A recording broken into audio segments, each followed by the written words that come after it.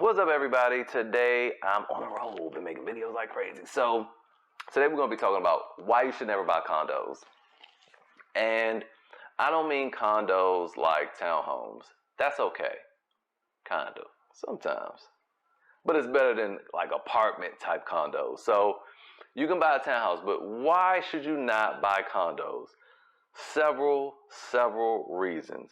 The first main reason is the condo fee, which could also be synonymous with homeowners association or association fee, whatever. Some places have two. They have a condo fee and an HOA, but you don't want to do it for just those alone. For condos, it is so expensive. Sometimes, like if you in LA, you can go to the right place and find the house cheap. But the condo fee is more. It might be $3,000 a month. And here's the thing about them. They can change at will.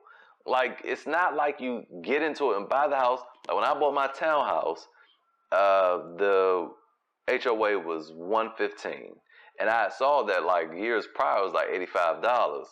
So I'm like, $115, all right. By the time I sold the house 7 years later, it was $165 or $175 or something like that. And last time I checked with a neighbor, it's $200 or like $210. It could just keep going up. Not only that, you have special assessments. So special assessments are supposed to be for when you want to do a major improvement to the neighborhood. Like we decided to get a fence off the entire neighborhood and get a gate at the front. And so that required a special assessment of an additional $300 a month for 12 months, actually. First was to do the fence and the perimeter, and then the second one was just to do the gate. And now really when you do that math, it's like, that little front gate to just do this really costs the same to just entrap this entire community? Yeah, I don't think so. And it was like a double fence. We did one like security barbed wire type one, and then in front of it we did wood, so when you're inside the neighborhood it doesn't look crazy, like you don't see the barbed wire and all that. It looks nice, but on the outside though it looked like, yeah, I'm probably not going to try to climb that fence. But yeah, so somebody was pocketing some money. But that leads me to another thing. People stealing. All right. Some people take their HOA positions way too seriously. Like, yo, you're not the president of the United States, okay? You're the president of Southbridge Homeowners Association. Not to call out that guy, he's cool. But y'all know what I mean. So anyway, so condo fees, they're ridiculous. The other reason is they can change rules.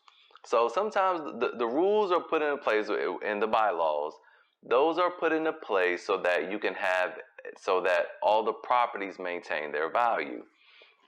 So what's a rule? Like everybody has to keep their grass cut and neat and well manicured, right? Because if you have a house that was just all overgrown, looks terrible, brings down the property value, etc., etc. Real quick, just in case you didn't know, well, how does that bring down the property value? Well, think about it. Would you rather a pretty car or an ugly car? You know, you pay more for a car with a real nice, pretty paint job that was waxed and polished and buff, as opposed to one that needs a paint job. You know, one is going to sell for more, and that's pretty much it. And so when someone pays less for a house because it's not cute, it brings down the property values in the area because your house is worth the comps in the area, the comparables in the area. So that's how it brings down the value. But they can change rules. So let's say you're like me, you outgrow your townhome or you outgrow your condo, and you're like, hey, I want to get a single family home now. And boom, all of a sudden they put some law in there that wasn't there when you first got there saying you can't rent. Or that there's they all have the renter maximums, and it's usually like 20%. And which I'm gonna get to the next thing. But they can change the rules, or they can say, oh, all of a sudden there's no more street parking, and but you got 4 cars. You know, it's a pain in the butt to have to deal with these changes and that affect you, and really your only recourse of action is to move, unless you plan on running for president and people vote you in. But it's still, y'all kind of have to vote on the new changes. So that's it. They changed the rules.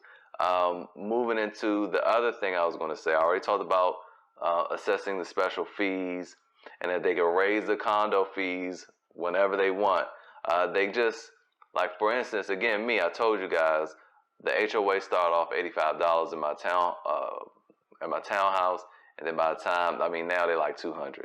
And condo fees and actual apartment type condos are just way, way high. I've never seen one less than $115, and this was in the hood. Okay, if that place gets gentrified, those things probably $400 or $500. And I've seen them as high as $3 or $4 grand a month in LA. So that's that. Now, here's the other big thing, and this is with any neighborhood with, always condos, or any place where there's condos or townhomes when the houses are attached. You can't always rent.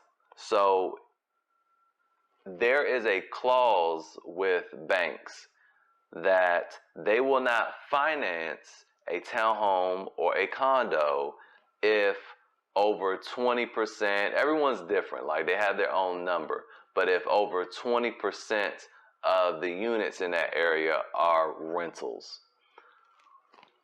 So there's a strong chance you can get stuck owning a property that you can't even rent out, even though you've outgrown it, all because of these bylaws and all because of these rules, because the homes are attached. I think the logic behind the banks is that where there are renters, the property values go down, but just the whole premise of saying we won't finance it makes the property go down, because now you're dealing with a cash-only transaction. There was a real nice townhouse in Maryland that I was looking at 2 years ago, and I suspected it was one of those issues, like it was an all-cash transaction. I'm like, why? And they just said in there that, this house doesn't qualify for any financing. They didn't specify these. You gotta love these good real estate agents, but they didn't specify. But with me, my experience, that's just probably what that was. It was too many renters in the area, but it was so nice. It was down the street from Six Flags, and what I was going to do was turn it into an Airbnb. But again, that's probably against the bylaws, and if it's not now, at some point it probably will be.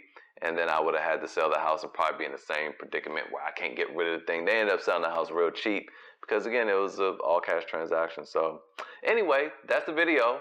If you have any other reasons or ideas of why it's not a good idea to buy condos, let me know. And if you think buying a condo is a fantastic idea, I would like to know. I'm telling y'all from experience, I would never do it again. I didn't quite buy a condo, but the townhouse, it was not as bad as condos, but it was rough. But I've seen some condos. Man, I saw a condo in Atlanta, 3-bedroom, 2.5 bath, and it was like 1,500 square feet. They only wanted $30,000 for it, and this was just a few months ago. But why do they want 30? Because no bank is going to finance that. It's a whole bunch of renters in that area. I know that area well. It's not a great area. I won't say it's not a great area, but it's very hood, even though all those condos are new. But, yeah, they won't finance it, so it's cash. And people are buying them up, thinking that they're going to be able to rent and can't rent. They want owner occupants only. It just becomes a problem. So anyway, that's it today. I will see you guys next time.